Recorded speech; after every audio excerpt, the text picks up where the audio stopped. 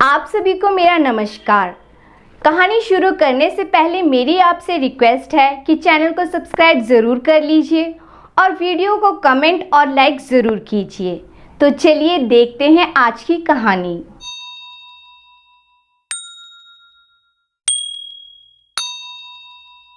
एक बार एक साहूकार था। उसके 4 पुत्र थे।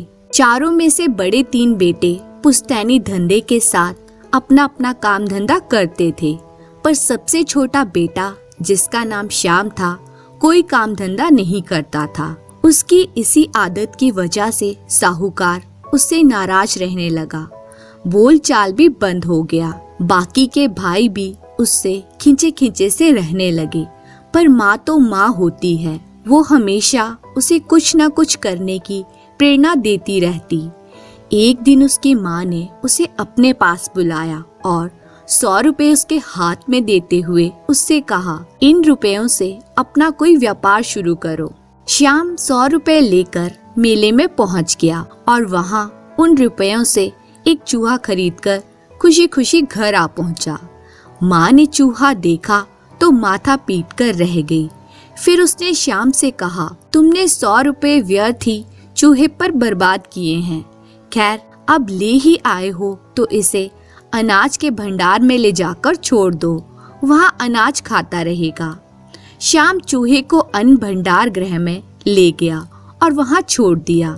चूहा आजाद हुआ तो उसने श्याम से कहा, तुमने मुझे आजादी दिलाकर मुझ पर बड़ा उपकार किया है। अगर तुम पर कभी भी कोई मुसीबत आए तो तुम मुझे याद करना, मैं तुम्हारी सहायता करूँगा।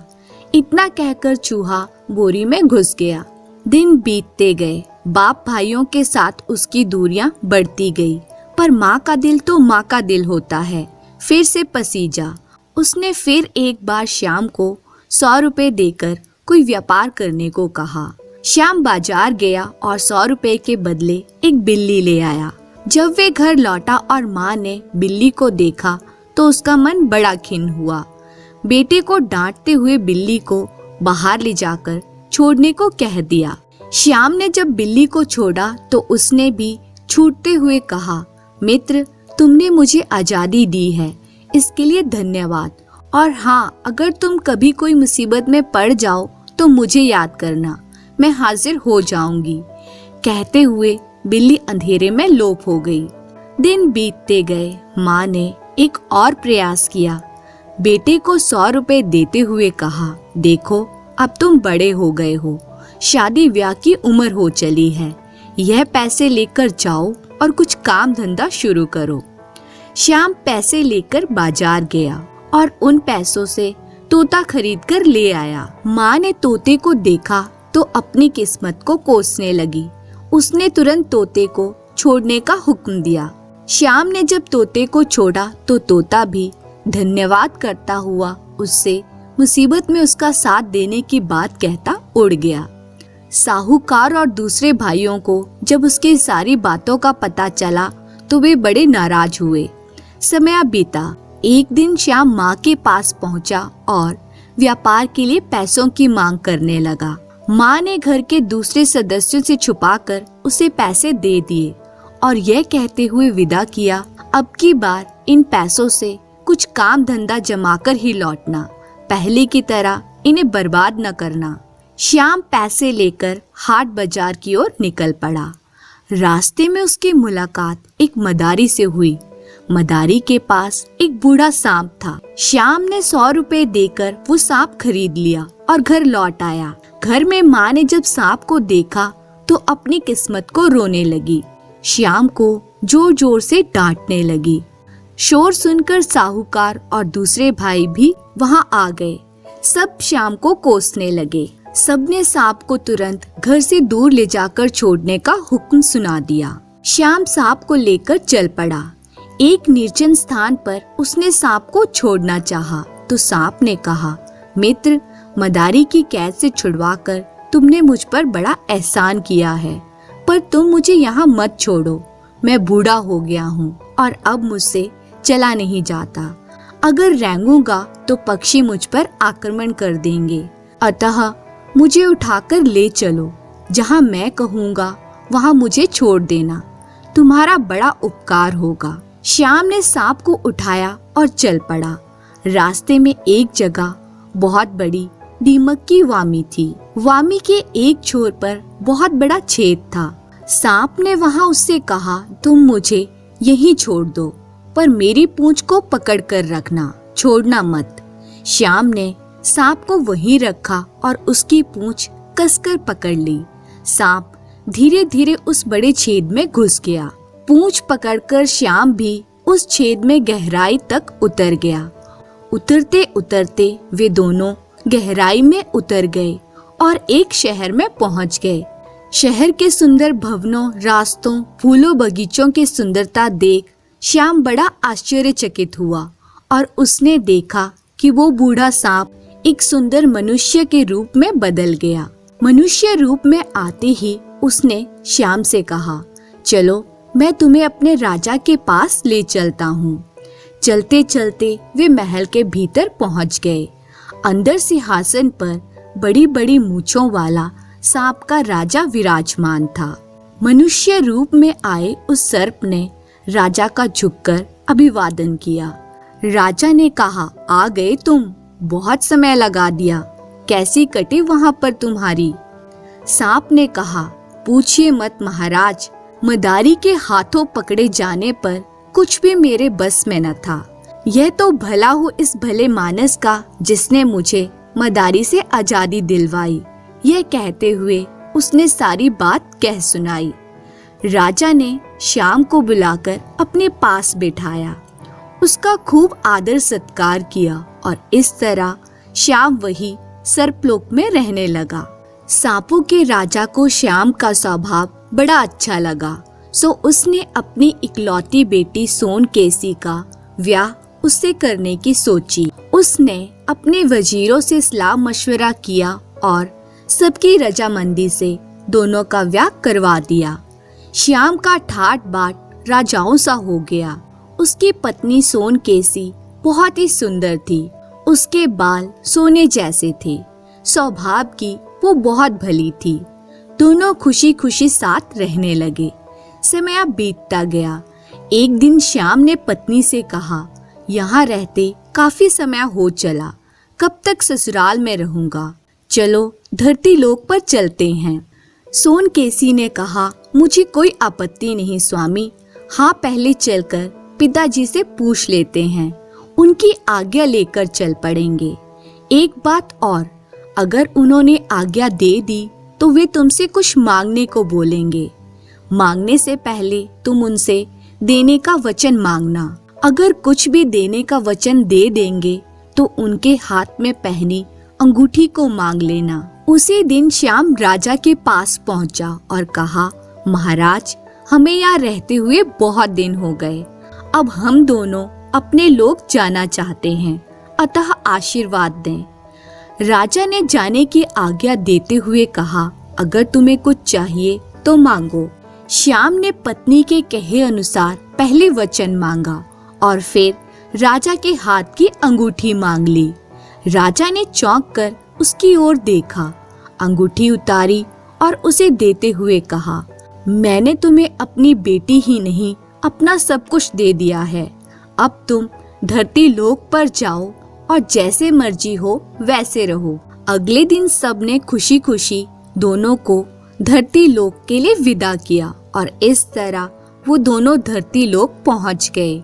धरती पर पहुंचकर श्याम अपने घर की ओर बढ़ा तो पत्नी सोनकेसी ने कहा, मैं उस घर में नहीं रहूंगी। सुनकर श्याम चिंता में पड़ गया कि वे रहेंगे कहाँ, खाएंगे क्या। उसे चिंता में डूबे देख सोनकेसी ने अंगूठी निकाली और उसकी स्तुति करते हुए कहा, हे रामेश्वरी मुंदरिये, यहाँ एक सुंदर सा महल बन जाए जिसमें धरती की हर सुख सुविधा मौजूद हो। तुरंत वहाँ एक सुंदर महल बन गया और उसमें रोज के बर्तन व्यवहार की हर चीज मौजूद हो गई।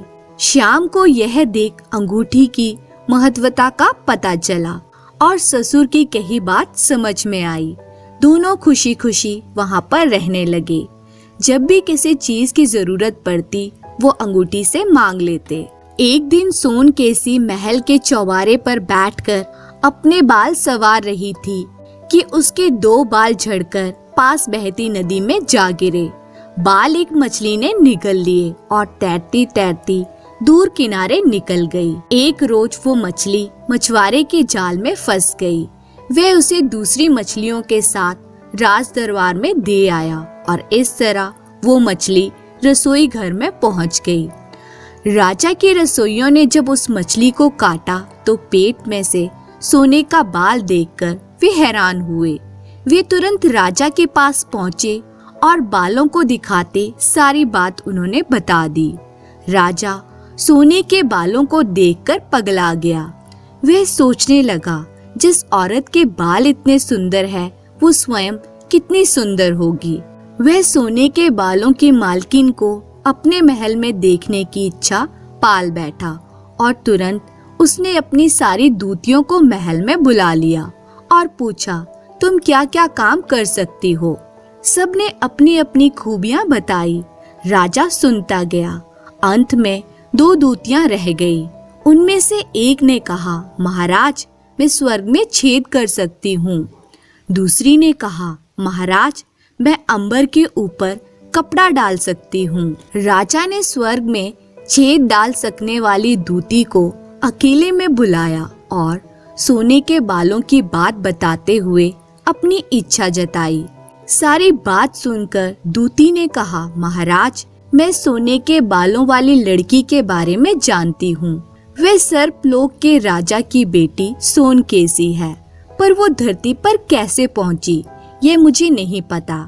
खैर मैं उसे ढूंढने का प्रयास करती हूँ। आप कुछ नौकर चाकर और रुपए पैसे मुझे दे दें, मैं तुरंत खोज में निकलती हूँ। राजा ने वैसा ही किया और दूती खोज में निकल पड़ी। दूती मछली काटने वालों से पूछताछ करती हुई आखिर उस मछुआरे तक पहुँच गई जिसने मछली को पकड़ा था। उससे सारी बात जानकर आखिर में वो उस नदी तक जा पहुँची। वहाँ पहुंचकर उसने एक नाव तैयार करवाई और उसमें बैठकर पानी की दिशा की ओर बढ़ चली। नाव दिन रात चलती आखिर उस महल के किनारे पहुंच गई जहाँ पति पत्नी रहते थे। दूती ने मल्लाह को हुक्म दिया, मैं जब तक ना लौटूं यहीं पर रहना, कहकर फिर नाव से उतर गई और महल की ओर बढ़ चली। महल के पास जाकर उसने महल और उसमें रहने वाले लोगों के बारे में जानकारी इकट्ठी की तो उसे विश्वास हो गया कि सोने के बालों वाली लड़की और कोई नहीं, सर्पलोक के राजा की बेटी सोनकेसी ही है। वो योजना बनाकर महल में घुस गई और सोनकेसी को देखते ही बोली, भांजी सोनकेसी तुम धरती लोक पर कैसे और कब पहुंची? मुझे पहचाना? मैं तुम्हारी मौसी। सोनकेसी ने कहा, तुम कौन और मेरी मौसी कैसे? मैं तुम्हें नहीं पहचानती। यह सुनते ही दूती ने कहा, तुम अभी बच्ची ही थी जब मैं यहाँ धरती लोक पर आ गई थी। वापस जाना ही नहीं हुआ। धरती है ही ऐसी जो एक बार यहाँ रह गया यहीं का होकर रह गया। खैर तुम्हें यहाँ देखकर यूं लग रहा है जैसे मैं अपनी बहन के घर पहुँच गई हूँ। तुम मुझे सर्पलोक के हाल चाल सुनाओ, कैसे हैं सब वहाँ? सोनकेसी घर पर अकेली थी। घर वाला कहीं बाहर गया था। सर्पलोक की बातें सुनी तो दूती सच कहती प्रतीत हुई। सोनकेसी ने उसे मौसी समझ सारी बातें बतला दी और उसका खूब आदर सत्कार किया। शाम को जब श्याम घर लौटा तो सोनकेसी ने दूती का परिचय अपनी मौसी बताकर दिया तो वे बड़ा खुश हुआ। इस तरह दूती वहाँ रहने लगी। धीरे धीरे दूती ने सोनकेसी को अपनी बातों में फंसा लिया और उससे सारे राज जान लिए। यह भी जान लिया कि किस प्रकार अंगूठी उनकी सारी जरूरतों को पूरा करती है और वे उस अंगूठी को कहाँ रखते हैं। एक दिन श्याम घर पर नहीं था तो दूती ने मौका देखकर कहा, भांजी मुझे महल से बाहर घूमे बहुत दिन हो गए हैं। यूं भी इंसान एक जगह बैठे बैठे उब जाता है, सो चलो कहीं घूम आए। सोनकेसी उसकी बातों में आ गई और बाहर घूमने के लिए तैयार हो गई। सज धज कर जब दोनों बाहर आई तो दूती ने कहा, अरे मैं अपने जूते तो अंदर ही भूल गई, रुको मैं लेकर आती हूँ। सोनकेसी ने कहा, तुम रुको मौसी, मैं लाती हूँ। पर दूती ने उसकी एक न सुनी, झट से अंदर दौड़ती हुई गई और अंगूठी को उठाकर अपने कपड़ों में छुपाकर बाहर लेकर आ गई। सोनकेसी वहीं खड़ी थी, दोनों महल से बाहर आ गई। दूती उसे बहलाती फुसलाती नदी किनारे ले गई और नौका को देखते हुए कहा, भांजी चलो आज नौका विहार करते हैं। सोनकेसी मान गई, दोनों नौका पर जा बैठी। दूती ने नाव चलाने का हुक्म दे दिया। नाव धीरे धीरे चल पड़ी। नौका जब काफी दूर निकल आई तो सोनकेसी चौंकी। उसने मौसी से नौका मोड़ने को कहा, पर दूती तब अपने असली रूप में आ गई थी। सोनकेसी जान गई कि इस औरत ने उसका अपहरण कर लिया है। पहले तो उसने नदी में कूदना चाहा, पर गहरा पानी देखकर रुक गई। दूसरा, उसे विश्वास था कि जब उसके घरवाले को सारी बात का पता चलेगा तो वह अंगूठी के सहारे उसे अपने पास बुला लेगा। उसे तो ये मालूम ही नहीं था कि दूती अंगूठी भी उठाकर ले आई है। खैर, वह दूती को भला बुरा कहती रही। नौका जब राजमहल के करीब पहुंच गई तो दूती ने सोनकेसी को नौकरों से पकड़वाया और महल के भीतर ले गई। राजा की खुशी का कोई ठिकाना न रहा। उसने दूती को खूब सारा धन, हीरे मोती देकर विदा किया। दूती ने अंगूठी की बात किसी को भी नहीं बताई और उसे साथ लेकर अपने घर आ गई।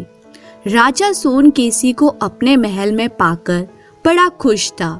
उस जैसी सुंदर स्त्री ना तो उसने पहले कभी देखी थी और ना ही ऐसी सुंदरता के बारे में उसने कभी सुना था।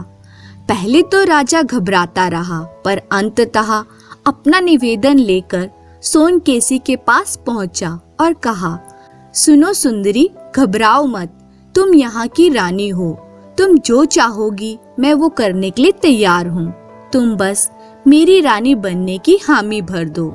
सोनकेसी पहले तो झिझकी, फिर साहस कर कर बोली, राजा मैं यहाँ स्वयं चलकर नहीं आई, अपितु वो औरत मेरा अपहरण करके छल करके मुझे यहाँ लाई है। तुम्हें मेरी एक शर्त माननी होगी। राजा ने कहा, एक क्या, मैं 100 शर्तें मानने के लिए तैयार हूँ। तुम कहो क्या शर्त है। वह बोली, राजा तुम 6 महीने तक मुझे हाथ नहीं लगाओगे, उसके बाद जो जी में आए करना। राजा ने शर्त मान ली और उसे दासियों के हवाले छोड़कर चला गया।